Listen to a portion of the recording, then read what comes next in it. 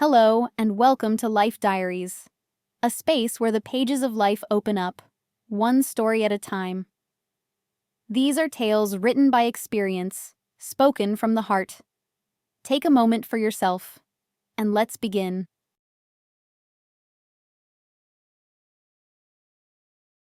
June Monday was drawing to a close when Olivia Miller was suddenly pierced by a feeling as if she had ceased to exist. It happened quite unexpectedly. Muttering softly to herself, she was sorting through the luggage of her husband, who had returned the day before from a sanatorium where he had been staying with his mother. 30 years old, and he's still the same, like a little child. I have to finish everything for him. And why is it always me? Eleanor must have slipped in some of her worn-out clothes to make the return trip lighter. Arthur, completely engrossed in a blockbuster on television, didn't hear her grumbling, or even the surprised exclamation that followed. "Oh!" Olivia blurted out. And to herself she added, "Well, isn't that just typical? There you go, you naive fool. An ideal family life, you say? Here, take it and sign for it." Among her mother-in-law's things, she found a piece of women's underwear. Such an intimate item of clothing, and of such miniature size, that the stout Eleanor could probably only pull it onto her arm, not for its intended purpose. This discovery hit Olivia like a lightning bolt. Suddenly, the scattered fragments of her family mosaic assembled into a single, frighteningly clear picture. Arthur was unfaithful to her. Under the guise of plausible excuses, he was basely betraying their 7-year marriage, their seemingly strong and happy life. A life where they overcame difficulties together, sincerely rejoiced in each other's successes, without counting who contributed how much. Even the absence of children, which worried both their mothers so much, was perceived by them as temporary. After all, they were so young when they got married. Olivia was only 18. And it seemed to them that time was not pressing. Only recently had Olivia started thinking about having children, but Arthur didn't bring up the topic, and she herself felt somehow shy about talking about it directly or even hinting. But now the question of adding to the family had receded into the background. A much more urgent problem was brewing. Olivia was seized by a burning desire to stage a huge scandal for her husband. One that would shake the walls. To burst into the room right now and slap him across the face with that very item. The first furious impulse quickly faded as soon as she realized she was still holding the supposed rival's underwear. It felt unbearably disgusting. Olivia crumpled the evidence of marital infidelity and threw it back into the bag. Her long-standing passion for basketball hadn't been in vain. The item instantly landed in its place. Suddenly, Olivia found it hard to breathe. Fortunately, the washing machine was in the kitchen. Overcoming the pain that now gaped where her heart used to be, she took a few steps and sank onto the small sofa. But what if Arthur wasn't guilty at all? Maybe her mother-in-law accidentally picked up her roommate's underwear. Anything can happen. What if the room was cramped, or the wardrobe was shared? Although relations with her mother-in-law had been quite normal lately. Olivia didn't want to call Eleanor and clarify if such an absurdity could have happened. For some reason, she felt ashamed. Surprisingly, she felt as if she herself was somehow to blame. Loud sounds from an adventure film came from the room, making it difficult to concentrate and calmly think about how to behave with her husband now, and how to teach him a lesson if he had indeed started an affair. Olivia meticulously went through all the moments that had been bothering her lately, and there were more and more of them. The main thing was his constant absences. For about a month, Arthur had spent almost all his free time without her, citing some strange reasons. Individually, they seemed convincing, justified. But there were too many of them. On Tuesdays and Thursdays, her husband would say something like, "Darling, I'll run to the dacha in the morning, fill the water tank, water the beds while the pressure is good. I'll stay late at work a bit. The boss allowed this schedule before the weekend." Or Arthur would claim he had promised to help a friend, or that they had a team-building event.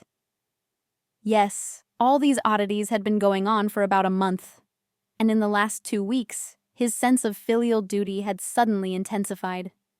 While Eleanor was resting at the country sanatorium, he went to her apartment every other day to water the flowers.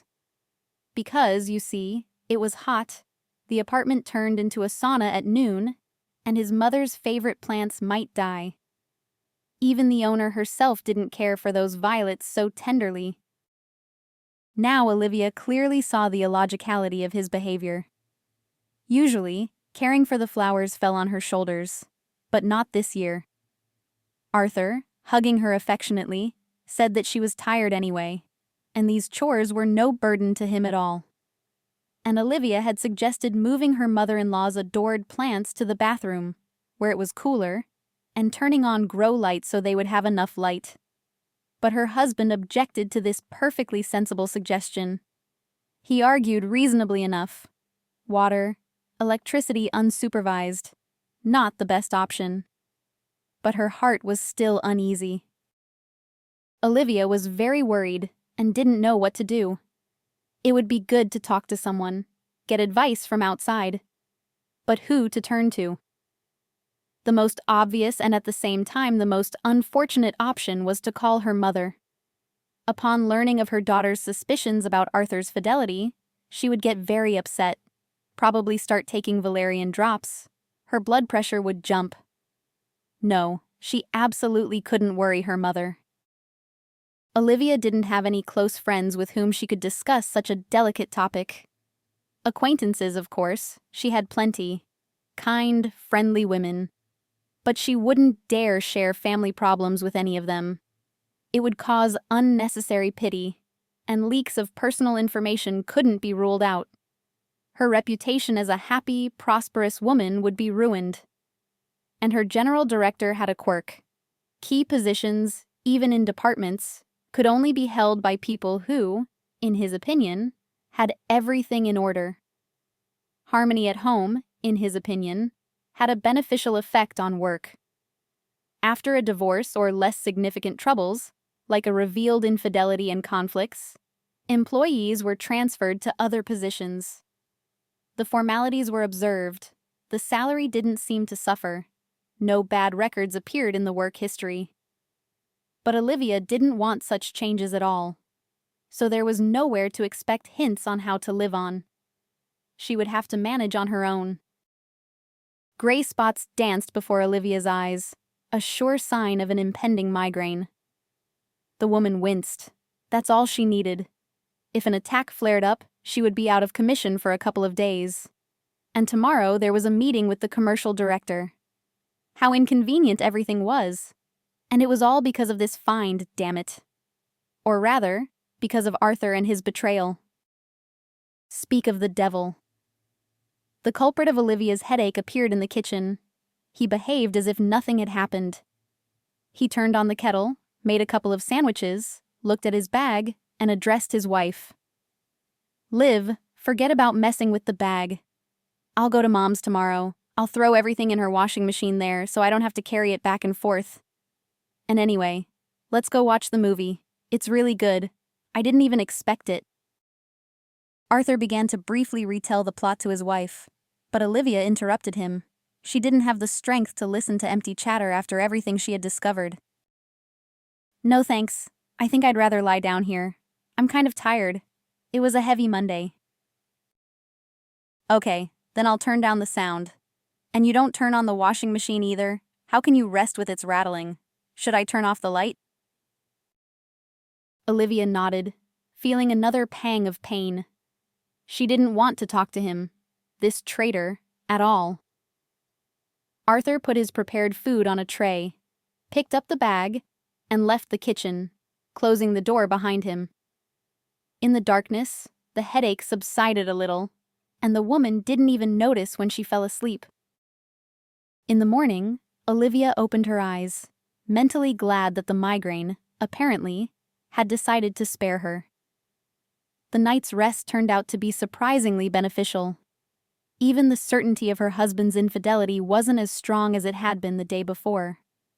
On the other hand, The version that someone else's underwear had gotten mixed up among her mother-in-law's things seemed, on the contrary, the most plausible. Olivia stretched on the sofa, once again praising herself for insisting on buying it, and began to get ready for work, preparing breakfast along the way. Arthur, as a rule, slept longer, and this morning was no exception. By the time her husband appeared in the kitchen, Olivia had finished breakfast, left him food, and was already on the verge of leaving. "Livy, don't expect me home early tonight. I'll go straight to Mom's after work, wash the clothes, and check on the flowers. Otherwise, she won't forgive me if something happens to her green pets." Jealousy and resentment surged again. The woman almost flinched when Arthur, as always, came to kiss her, but she managed to endure the usual morning ceremony. Olivia hurried to work. She needed to finish routine tasks before the meeting. However, it was difficult to concentrate. Her thoughts involuntarily returned to yesterday's discovery. At the meeting, the commercial director even made a remark. "Olivia, is the topic of our meeting not interesting at all?" "Why, Robert? I'm listening to you very attentively." "Strange. You have such an absent look, as if you are somewhere very far away." Knowing perfectly well what and how to answer, Olivia repeated several key points.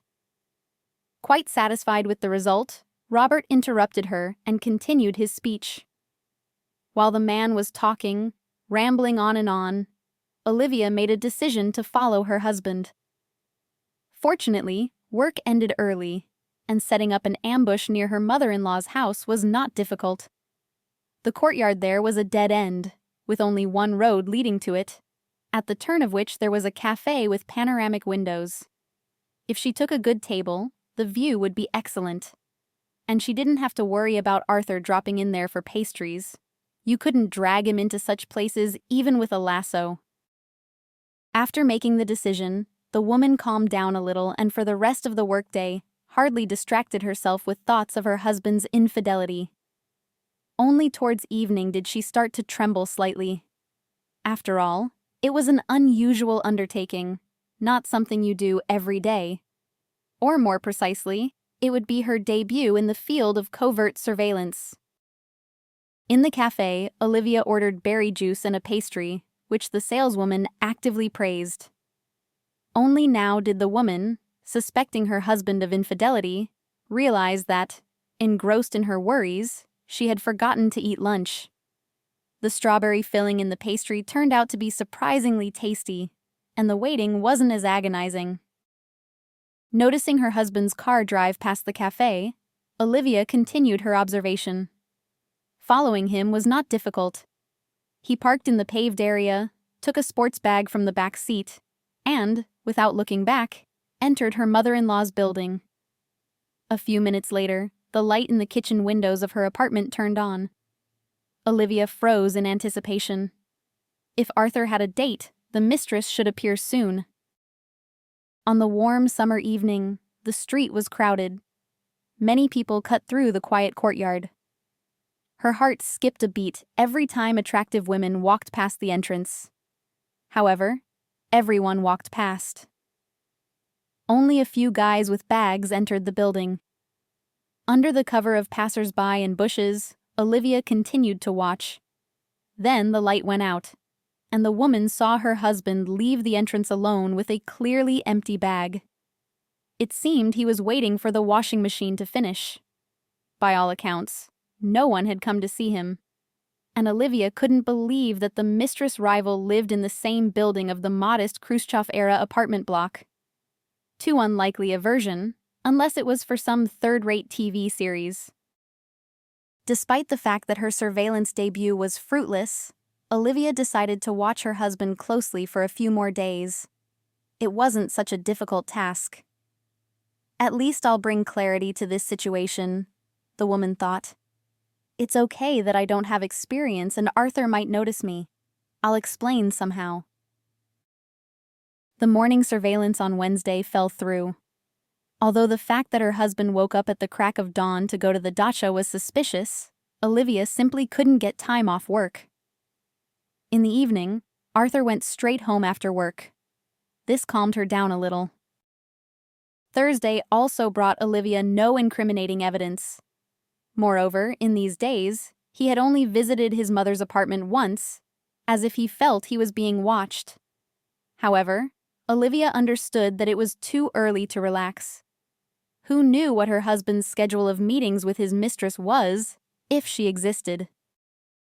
Mentally scolding herself, the suspicious woman didn't even check her husband's phone. But there were so many numbers in the call history, including repeated ones, that none immediately stood out. Reading messages and messengers also yielded nothing. Olivia knew that there were online chats where correspondence disappeared, but the smartphone's browser history didn't show visits to such sites. Realizing that she was just an amateur, not a trained specialist, Olivia decided to go all in and try to disrupt her husband's supposed meeting. On Friday evening, she suggested, "Arthur, we've been stuck at home for a while. Maybe we could take a spontaneous trip. A weekend getaway route." Arthur smiled guiltily and spread his hands. "No, Olivia, sorry. I'm going to Mom's on Saturday, you know. I'll come back tired from there. I won't be up for walks. Sunday is also impossible. My colleagues and I agreed to go to a football match. Look at the stadium they've built, like a spaceship. We need to see it from the inside, see what our taxes are going towards, among other things." Olivia physically felt that her husband was lying to her. All these excuses, this running around. It meant her suspicions were correct. The meeting was scheduled for the weekend. The woman decided to act decisively. "Listen, that's just wonderful. I'll go with you to Eleanor's. It feels kind of awkward. She's supposed to be back from the sanatorium in a week, if I'm not mistaken, and I haven't visited her once. After the sanatorium, we'll drive around the area, and there's your spontaneous vacation." Arthur tried to dissuade his wife. "Olivia, you weren't feeling very well at the beginning of the week. I think you need to rest." "Olivia, stop it," she insisted. "Arthur, it's improper not to visit your mother-in-law even once. Besides, I just need a change of scenery." Olivia hoped she would manage to get a look at her mother-in-law's neighbor. She was very persistent and got her way about the trip to Mom's. Eleanor was happy to see both her son and daughter-in-law. They had a wonderful time walking along the well-kept paths among the majestic trees. Even the summer heat felt less exhausting in the dappled shade. Quick little red squirrels, tamed by visitors, comically scampered along the branches and descended to people for treats. Having brought seeds and nuts for the walk, Eleanor extended the provisions to Arthur and Olivia. "Try feeding these little animals yourselves. They're so funny. They use their paws just like hands." The squirrels fearlessly descended to the outstretched palms, delicately took the treat, and ate neatly, looking with intelligent eyes. By one of the paths, Eleanor introduced a woman she met to her daughter-in-law. "This is Annie, my roommate." The lady of almost immense size smiled kindly. Olivia nearly burst into tears. The hope that the item of women's clothing found in her husband's bag belonged to her mother-in-law's roommate was shattered. This item clearly could not have belonged to this woman. Trying not to show her disappointment and anger, Olivia continued the walk. But not a trace of the former serenity remained. After saying goodbye to Eleanor, the couple left the sanatorium grounds, and Arthur, completely oblivious to his wife's changed mood, suggested, "Well, shall we go around the area, as we planned?" "Oh, Arthur, I think I've had enough walking. Let's just go home. I'm kind of worn out too. And tomorrow I have to go to football. I'm not old yet, but I already have to conserve my energy." The irritated Olivia couldn't help but retort sarcastically, "Yes, indeed, you're an old man. And it seems decrepitude is creeping up on me, too." Arthur ignored his wife's displeased tone. He wasn't even bothered by the fact that Olivia was silent on the way home, attributing it all to her tiredness. Olivia defined her surveillance activities on her husband as a decisive stage. Indeed, if he had a mistress, and he was supposedly going to a football match, which he had never been a fan of, it meant he was clearly going on a date. In the morning, Arthur got up very early, even earlier than his wife, and woke her up with the aroma of freshly brewed coffee. When she entered the kitchen, the man had almost finished breakfast. "Okay, darling, I'm off," Olivia remarked sarcastically. "Isn't it a bit early? As far as I remember, the football match starts in the evening." The man tried to speak convincingly and calmly. "Well, first we'll gather, chat, and then we'll go to the stadium." The woman didn't make any more sarcastic remarks so as not to alert her husband and asked, "Are you walking or driving?" "Driving. I'm not planning to drink, and I don't want to deal with taxis or public transport. It's calmer for me. I'm my own boss." "Okay, I understand. Then I'll get to the beauty salon on my own. It's fine. Have a good time." Olivia tried to speak as calmly as possible. It seemed to her that her husband didn't even suspect that she didn't trust him and was planning to follow him. The parking lot was a 5-minute walk from the house, and as soon as Arthur closed the door behind him, Olivia called a taxi and quickly got dressed. The driver wasn't surprised by the passenger's request. It wasn't his first time participating in surveillance, of course. "But if you'll allow me, I'll give you a piece of advice. Some secrets are better left unknown." The man drove confidently, staying slightly behind the pursued car. "I had a case with my first wife. She kept running off somewhere saying, 'I'm going to the store.' Then to a friend's, then somewhere else. It immediately makes you think. Of course I followed her. It's unpleasant to be a cuckold." The driver, repeating Arthur's maneuver, turned into the parking lot near the supermarket and, choosing a good spot for observation, turned off the engine and continued his story. "So, my wife says she's going to the store again, and I think she's going to the children's boarding school for the mentally challenged. Her child lived there. She put him there because it was hard for her, and only someone who has faced such a misfortune themselves can judge her for that act." Well, back then I was like, wearing a white coat, playing the saintly martyr. I almost went crazy. How could this be? They kept something like that a secret from me. Both Lucy and her mother kept quiet, so I caught her at the gates of that poorhouse and made a scene. She didn't even try to justify herself, just said she knew we would divorce anyway. And whether it was because of truth or lies, what difference does it make? The driver, without asking permission, lit a cigarette and continued his confession, ignoring the growing column of ash. "I don't know what I would have done if she had told me the truth right away when we were dating. Maybe I wouldn't have married her. Or maybe I would have asked her to introduce me to the child.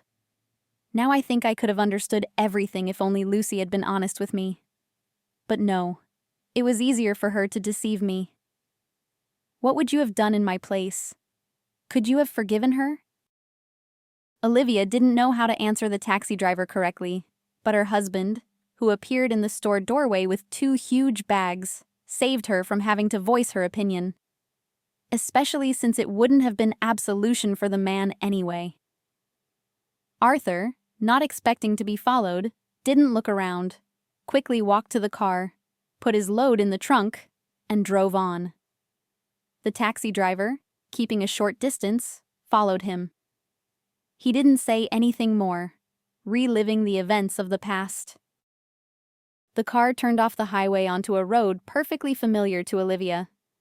Now another 12 kilometers from the turn, and the Energetic Gardening Association would appear. Eleanor was allocated her legal 600 square meters there back in Soviet times. Olivia used to go there even before she was engaged, when she was just starting to date Arthur. Eleanor didn't burden her much with work back then, and even now she prefers to tend to the greenhouse and other plantings.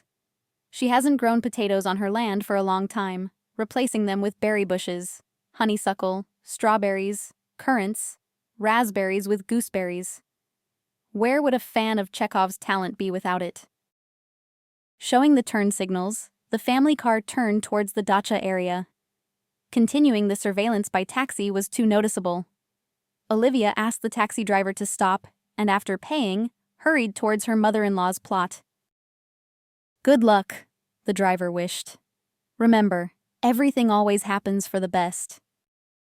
Olivia hurried to her mother-in-law's plot and saw Arthur driving the car behind the gate and quickly hid behind a sprawling lilac bush near the abandoned dacha diagonally opposite.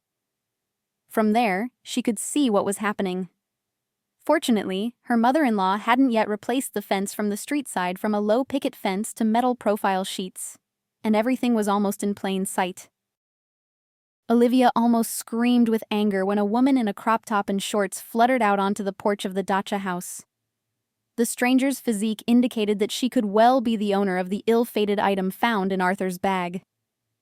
Smiling, the supposed mistress took one of the bags from Arthur. It was obvious that they knew each other, but the phrases they exchanged couldn't be made out. The deceived woman left her hiding place and headed towards the dacha to stage a loud scandal for her traitor husband and his paramour for the neighbors' amusement. But she froze in place. Her father appeared on the porch.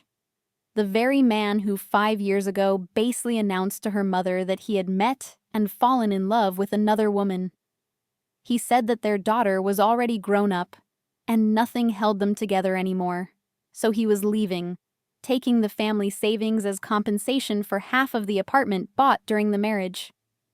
Olivia had tried to influence her father then, begged him not to act rashly, implored him to think about the blow he was inflicting on his wife, with whom he had lived for so many years. She threatened to stop all communication with him if he destroyed the family. It was useless. Peter abandoned his wife and tried to continue communicating with his daughter, congratulating her on holidays. But Olivia blocked his number. Then other numbers from which he called met the same fate. Soon her father stopped trying to make contact. Meeting her father's colleague, she learned that Peter had quit his job and moved somewhere out of town. Veronica would probably have gone crazy if not for the support of her daughter, who practically moved in with her for several months and made sure she didn't do anything to herself. It's not easy to forget happy years of marriage wiped out by infidelity. Mom sobbed on her daughter's shoulder. Can you imagine? He said he met the love of his life. And what was I to him then? Just a passerby? An incubator for his only daughter? Learning this unexpected news and seeing her mother in such a state for the first time, Olivia was in shock. She had always considered her parents' marriage unshakable, indestructible, like a rock. However, it turned out that all the years of family life could be easily wiped out with one word. Olivia's heart lightened when she saw with what tenderness her father hugged the unknown woman, how he kissed her shoulder, and with what readiness he took the bag from her. It was obvious that this was the very rival, or, in his own words, the love of his life. Arthur looked at this outrage completely calmly, and soon the trio headed into the house. They didn't close the door, and Olivia followed them, greeting them with a voice ringing with indignation. "Hello, private company?" The woman saw astonished faces. Arthur was the first to react. "Olivia, how did you get here?" "Well, I was sitting at home, bored. I thought, why don't I go to the football match with my husband? And here, behind the lilac bushes, it's some kind of tango for 3, not preparation for a match." "Olivia, daughter, hello," Peter exclaimed, coming to his senses. "I'm very glad to see you. Please meet her. This is Sophia, Sophie. And this is my daughter, Livy, my pride. This is the one I've told you so much about." Olivia managed to see that the woman in the top and shorts was about her age, and she didn't stand on ceremony. "So this is her, the love of your life? A golden hand, leg, or what part of her body did she charm you with? I can't say it's nice to meet you, because I'm disgusted to see her and you, Arthur. And you, Arthur, have really disappointed me. I would never have thought you'd be entertaining a runaway father-in-law and his girl at your mother's dacha." "Don't you dare talk about Sophie like that," Olivia's father protested. "Oh, as if she's a delicate violet. By the way, Sophie, didn't you lose your panties out of squeamishness? My Arthur apparently accidentally grabbed them along with some dirty towels. Is it inconvenient to wash here? Or is Sophie afraid of overworking her golden hands? Peter demanded. Olivia, stop it. Enough slander. Your husband is helping us at my request, and there's nothing wrong with that. He's a wonderful and responsive person. He's acting mercifully, unlike your callousness and malice towards an innocent person. Well, I'd be ashamed to call your Sophie innocent. To take a husband away from a strong and prosperous family. To force him to quit a good job with a stable income. To force him to live not in a comfortable apartment, but in a dacha house with a bio-toilet and a shower from a tank. Dad, by the way, is far from his prime. Yes, wonderful, nothing to say. So, Sophie is just a champion of worsening conditions? Maybe she should even get a medal for her contribution to a happy approach to the grave. Peter's mistress was uncomfortable, but she remained silent. Olivia's father also didn't interfere in his daughter's angry monologue, which had shifted the vector of her anger towards her husband. Arthur lowered his eyes, and no further verbal response was needed from Olivia. It became obvious to her that her husband had not cheated on her with another woman, but had acted not much better. With Eleanor's permission, he had indulged his father-in-law and his paramour, either out of a sense of male solidarity or for some other reasons. "You sneaky devils," Olivia gasped. "How long have you been hiding this dacha sanctuary for lovers from me? A month? More?" "Daughter, calm down and let's talk," Peter suggested. "It's not so simple." "Yes, I bought all sorts of goodies," Arthur announced. "Indeed, let's discuss everything at the table." Olivia didn't miss the chance to speak out again about the destroyer of her parents' family whom she hated. "I won't sit at the same table with this Sophie with the golden leg." The young woman shrugged and said, "Pete, I'll go take care of the plantings and pick berries. Call me if you need help." Arthur gently touched his wife's hand and pleaded, "Don't be angry, Livy. I couldn't do otherwise. After all, Peter isn't a stranger. And besides, he's done a lot of good things for us." Olivia pulled her hand away and without hesitation began to scold. "Yes, he did a lot of good things for us. I barely saved Mom after his betrayal. I was afraid she would do something bad, leave me an orphan. And it's all because of this Sophie. It turns out he found himself a new Helen." Peter, taking products out of the bags his son-in-law had brought, set the table and remained silent. The man knew perfectly well that his daughter had a quick temper, but she was also quick to forgive. Let her vent for now. Sighing, Olivia sank into her favorite armchair in her mother-in-law's dacha house and turned to her father. "Well, tell me, newlywed, how did you end up living in the countryside? It used to be almost impossible to get you to visit the dacha. And here, I understand, you've been staying for a month now. And for some reason with a shower from a tank and all that." Peter smiled slightly. "You're smart. You figured it all out right away. Sophie and I actually have to hide. We got into a very ugly, terrible situation. Now we have to hide from creditors." Olivia was extremely surprised. "How? You were always a strong opponent of loans." The man shrugged. "Well, even the best of us makes mistakes. It happened. When I left your mother, Sophie and I moved to her city. We moved from rented apartment to rented apartment. I did odd jobs. We saved money to buy a house within the city limits and start our own business. We even rented a suitable option that was very appealing to our target audience. People started coming to us. But while we were in a practically precarious state, of course, there could be no talk of modest advertising or a loud PR campaign. Sophie and I decided to make everything official, buy this house with the plot, and seriously develop everything on a normal scale, not just as best as we could. I had little money left. It disappeared somehow unnoticed. Sophie suggested borrowing from her acquaintances. Then everything happened like in a bad crime movie. We were robbed on the way to the deal. They cut off the car that Sophie was driving with her friend's power of attorney. The fender was slightly dented, but at least we weren't injured. Ah, Livy, if you had seen how Sophie defended me, you would never, ever call her bad names. She threw herself at the bandits like a shield. She threatened and even terrified them, saying that if they touched me even with a finger, they wouldn't get anything, nothing at all. It was so brave, so sincere, but so reckless. I was truly scared for Sophie then, and I think I loved her even more. I understand it might be unpleasant for you to hear this because of your mother, but I don't want to lie to you. In short, they put psychological pressure on us and named a debt amount that was completely out of line.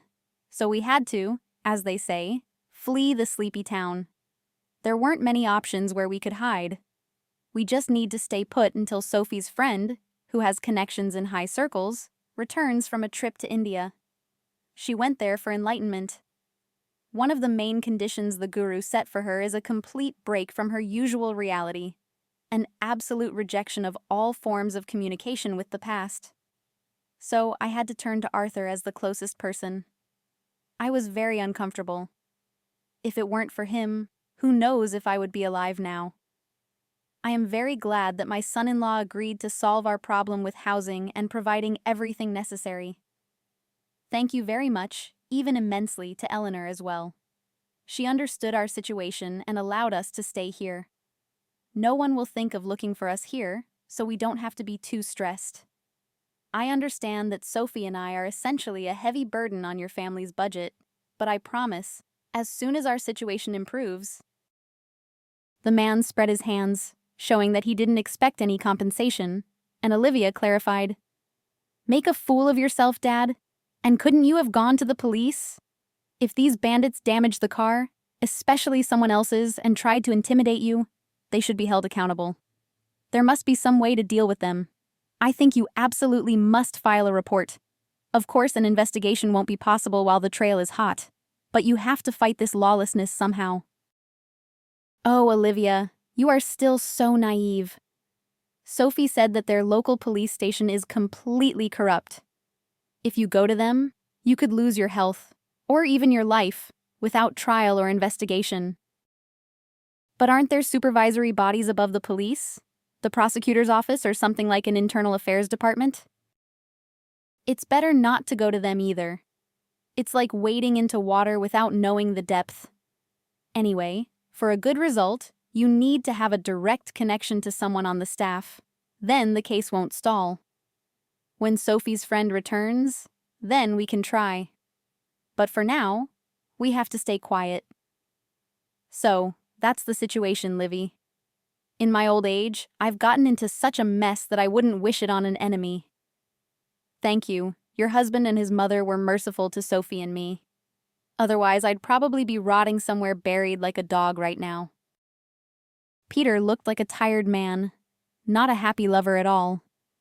His resentment for his mother somehow faded into the background. She didn't want to be sarcastic or talk about the boomerang that had returned. After all, this man with anxiety in his eyes remained her father. The same one who taught her to ride a bicycle, supported her in difficult situations, and explained math and physics problems. Who allowed her to marry Arthur when she turned 18, when her mother insisted she shouldn't rush, and her father reminded her that they themselves had gotten married almost a week after their high school graduation party. Arthur, sensing that Olivia's mood had softened, decided not to push his luck further and asked his father-in-law in a gentle voice, "Peter, are you hungry? Let's at least have some tea and sandwiches." The man was embarrassed, realizing he was essentially treating his daughter and son-in-law at their own expense, and added, "Remember, Livy, what your grandmother used to say, using your own bacon to grease your own palms?" For the first time on this difficult day, the woman smiled sincerely. "Yes, and I always used to ask her what musala, palms, meant. Grandma explained it to me every time as if it were the first time. It was like a ceremony for us. Dad, I'm sorry, but I'm not hungry at all. There's too much news for today, and tomorrow is a work day. I need to get a good rest before it. And before that, I still need to have a serious talk with Arthur about secrets in family life." Although, judging by Olivia's tone, The main emotional storm had passed. Arthur hugged his wife and lowered his head guiltily. Peter began to thank his son-in-law again, not forgetting to put in a good word for him. "Thank you for everything. Go, get some rest." "Just, daughter, don't be angry with your husband and don't scold him. He's golden. If anyone is to blame, it's me." Olivia left her favorite armchair and froze, not knowing how to act next. Should she hug and kiss her father, with whom she hadn't spoken for many years? Or just say goodbye? Each of these options seemed inappropriate to her. Sophia diffused the situation. She appeared at the doorway with a basket full of berries. "Here, I picked these for you and Eleanor. As far as I know, she should be back from the sanatorium soon. We'll manage to figure out where to move by then so we don't inconvenience you." With the appearance of her father's young mistress, anger stirred in Olivia again. "How cleverly you dispose of other people's property and don't deny yourself anything." Of course, Arthur put his arm around his wife's waist and gently but persistently pulled her towards the exit so she wouldn't erupt again. Olivia didn't resist, feeling terribly tired from both the surveillance and the news that had fallen upon her. Peter went to see his daughter and son-in-law to the car. He gestured for Sophie to stay in the house so as not to provoke another outburst of hatred. On the way home, Olivia tried not to show her irritation with the situation. Her husband was faithful, and she mentally praised herself for not sharing her suspicions with her mother. However, how to react to her father's partial return was unclear. She feared that his care for her mother, the berries, was insincere, and that Sophie had brought them as if she had picked them on her own dacha. A generous act, giving away other people's property. At home, Arthur tried to anticipate his wife's every wish, just to improve her mood. After dinner, he finally decided to apologize. "I'm sorry I didn't tell you about Peter right away. I was afraid you'd be angry." "You were right to be afraid," Olivia replied. "Dad's actions marked the end of my childhood for me. You know, I thought for a long time that I wouldn't even talk to him, even if he begged for a meeting. But then I ran into him, and I felt sorry for him. Oh, I'm afraid this Sophie definitely doesn't have pure intentions living with my father in a house with partial amenities." Arthur tried to justify his father-in-law's new paramour. "Olivia, you yourself understand that you're not judging quite fairly. It seemed to me that Sophia treats Peter with great tenderness. She cooks food and keeps the dasha in order. And anyway, darling, I think you're picking on her. She had a very difficult past, but she didn't become bitter. Can you imagine at 18 she had an elderly grandmother, a younger sister, and a little brother to care for? Despite all this, Sophie managed to get an education herself, a vocational one, but in a demanded profession." "I'm not interested in the biography of this schemer at all," Olivia interrupted. "Arthur, have you fallen under her influence too? How predictable you men are. A cunning woman pulls the wool over your eyes, and you're ready to defend her and ruin families because of her." "Olivia, you just didn't see the tenderness with which she cares for Peter. It's impossible to fake. And how she defended him during the attack." "But you didn't see it," Olivia reasonably countered. "Fear makes things look bigger, and it's quite possible that the incident was completely different in reality." The woman was angry and didn't want to dwell on the topic of her father's relationship with his girlfriend. So she concluded, "Okay, maybe it's none of my business. I'll just tell you one thing. It would probably be sensible for my father and this girlfriend of his to rent a dacha in the same area. I think there were a few options." Arthur supported his wife's idea. "Of course, you're right. My mother is used to being alone everywhere, both in the city apartment and at the dacha. She won't like it if someone else is in charge on her territory at the same time as her. I'll post an announcement in the dacha chat now that we'll rent a dacha at least for the rest of the season. I'll be driving Mom anyway, and I can drop in on Peter at the same time." "Well, and then, as your father said, this neighbor's influential friend will return, and maybe the whole situation will be resolved peacefully. Actually, we have bank accounts, and we could withdraw money and help Peter out. Are you completely out of your mind? Dad betrayed me and Mom. You haven't experienced 100th of the emotional suffering we have. And now I'm supposed to give him my and your savings? And lose interest too? A fig for them, not money. Okay, darling, calm down. I understand. We won't touch the accounts. During conversations and meetings with her mother, Olivia was afraid of letting slip that she knew where her father was. And Eleanor also kept Peter's secret. They couldn't rent a well-appointed dacha, but Arthur was offered a neglected plot almost at the edge of the area for practically nothing, just paying for water and electricity. The location would have been the worst for people who went to the dacha for the harvest. But for forced fugitives, it was hard to imagine a better option. Peter and Sophia, having packed their few belongings, moved to the new place. Arthur continued to provide them with everything they needed, and soon this began to irritate Olivia greatly. Firstly, funds were taken from the family budget with noticeable damage. And secondly, and most importantly, the woman found it disgusting to protect her father and his mistress. Olivia felt that by doing so, she was betraying her own mother. Keeping the secret was becoming increasingly difficult, especially since her mother-in-law was planning to celebrate her anniversary at the dacha in early August. Because of this, Olivia was worried. A meeting between her mother and father absolutely could not be allowed. A week before the holiday, the woman asked Arthur to take her to the dacha so she could have a serious talk with her father. She wanted to firmly explain that the next weekend, he and this Sophie with the golden leg should stay in the house practically without leaving. Leaving her husband and mother-in-law, they headed towards the line of dacha plots. Olivia knew that many owners of these 600 square meters had long abandoned them, and it was almost impossible to drive down the street because of the sea buckthorn and lilac bushes that had felt their freedom. But the lush vegetation provided shade, which was so helpful in the abnormally hot August heat. Olivia walked slowly, rehearsing what and how she would say. Almost at the very gate of the needed plot, the woman heard a hated voice.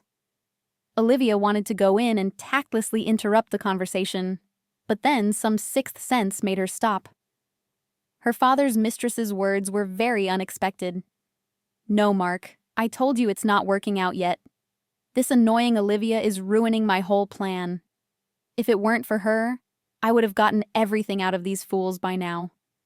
As it is, I have to live in the backwoods of the dacha, go to the toilet outside, wash when the water in the tank heats up. The worst thing is having to look devotedly into the eyes of this elderly idiot. At least because of this heat, any attraction he has to me disappears, and I don't have to go to bed with him. However, it's not even a bed here, but sheer torture. Oh, my dear Mark, you probably won't recognize me after these few months. I haven't been to a spa, I haven't gone to fitness, and I haven't even had a manicure. A complete scarecrow. But it's good enough for this fool Pete. I'll just convince him to sell his share of the apartment here, and then we'll get that property. Property prices here are almost like the capital. With that money, plus what we got from the staged robbery, we'll have enough to leave here and live normally somewhere on the coast." Sophie's intonation changed from irritated to whining, and it was clear how artfully cynical the woman was manipulating her interlocutor. However, this delight would have been much stronger if Sophie had been an actress. Now it was unclear when her father's paramour was lying. Olivia was hardly surprised by what she heard. She had suspected something like this. Fortunately, she had her smartphone with her, and she quickly turned on the voice recorder. The recording wasn't perfect, but if you wanted to, you could make everything out. By the end of the conversation, her father's mistress's speech was a continuous string of exclamations. She talked about how much she missed him, and Olivia became incredibly curious how Sophie would react now if she knew that there was incriminating evidence against her. Holding her breath, she waited until her father's mistress finished the conversation, and only then came out from behind the bush. It was clear to Olivia that Sophie was extorting money, but because it was difficult to prove, she decided to leave everything as it was. So, she had to provoke the greedy Sophie and show her father the true nature of the woman because of whom he had destroyed a happy family. Deciding that she wouldn't hear anything new, Olivia brushed herself off and pretended she had just arrived. Seeing her, Sophie feigned surprise and friendliness. "Oh, hello, Livy. Please come in. I've made some soup here. It's tasty, I think. Let me treat you for now, and then Dad will come." He went to the spring, thinking no one he knows would meet him there. Olivia didn't say everything she wanted to and clarified, "And how long has Dad been living with you?" "Nothing interesting," Sophie brushed it off, clearly not wanting to go into details. Meeting her father on the forest path, Olivia asked, "Listen to me and try to believe me. Sophie is just using you to get money. The attack on you both was staged, and here at the Dashas, she's hiding with you from an imaginary danger. Here, listen to the recording I made." Peter listened to Sophie's recorded speech and his face changed. She felt sorry for him, but she didn't stop the recording. It was better to swallow the bitter pill right away. "Yes, daughter, modern technology has come a long way," he said when the recording ended, his voice trembling. "Confess, you just somehow managed to compose Sophie's voice to make me quarrel with her." Olivia was discouraged. She understood that her father's feelings for the brazen, unprincipled liar were deep. All attempts to tell or even provide visual evidence that the mistress intended to become the owner of elite real estate at the expense of others would be met with displeasure and even scandals. She had to somehow convince her father, open his eyes. "Dad, I beg you, don't rush to get money for her. She'll come up with something else to fleece you. So, I'll set up a test for her. I'll say that we've been given money to pay off the debts, and you and Arthur will watch her to see how she acts. It would be good to have a few strong guys help us too. I think that's doable." "Dad," Olivia replied, "let's go to our place for now to discuss all the details." Without looking into his overgrown house, Peter headed towards his son-in-law's, accompanied by his daughter. In the evening, the mistress again noticed that Peter was cold towards her, but didn't pay much attention to it, especially since this detachment suited her completely. Only when the man announced that his son-in-law had agreed to provide the money, but only in cash, Sophie almost jumped for joy. "My love, my sunshine. Now we can return to our usual way of life. Isn't it a miracle?" Arthur smiled. So far, everything was going exactly as they had planned.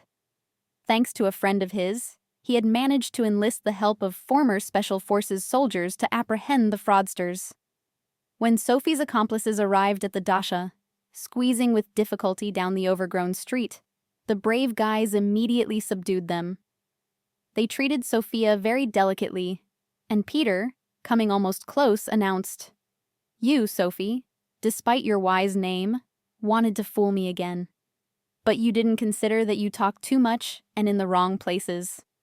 Fortunately, Olivia overheard your frank conversation. So if you don't want to end up in prison for fraud and drag these fools with you, pay me back what you stole from me with the help of your friends." Sophie had no choice but to write a receipt. A tired Peter asked Arthur to drive him to the city and hurried to his wife, buying a luxurious bouquet of flowers on the way. "Veronica, it's as if cold water has been poured over me. Let's try to start our relationship anew." Veronica smiled at her ex-husband, and he thought he had already found the key to her heart. But the woman suddenly announced, "Actually, I've already started a new love story, and you don't fit into it. So if you want to be honest, after all, during the divorce, you took almost everything you brought in, and I didn't fight for a single thing. If they were important to you, you took them. And now you suddenly realized you undersold yourself, ended up with nothing. Although with the amount Sophie returned,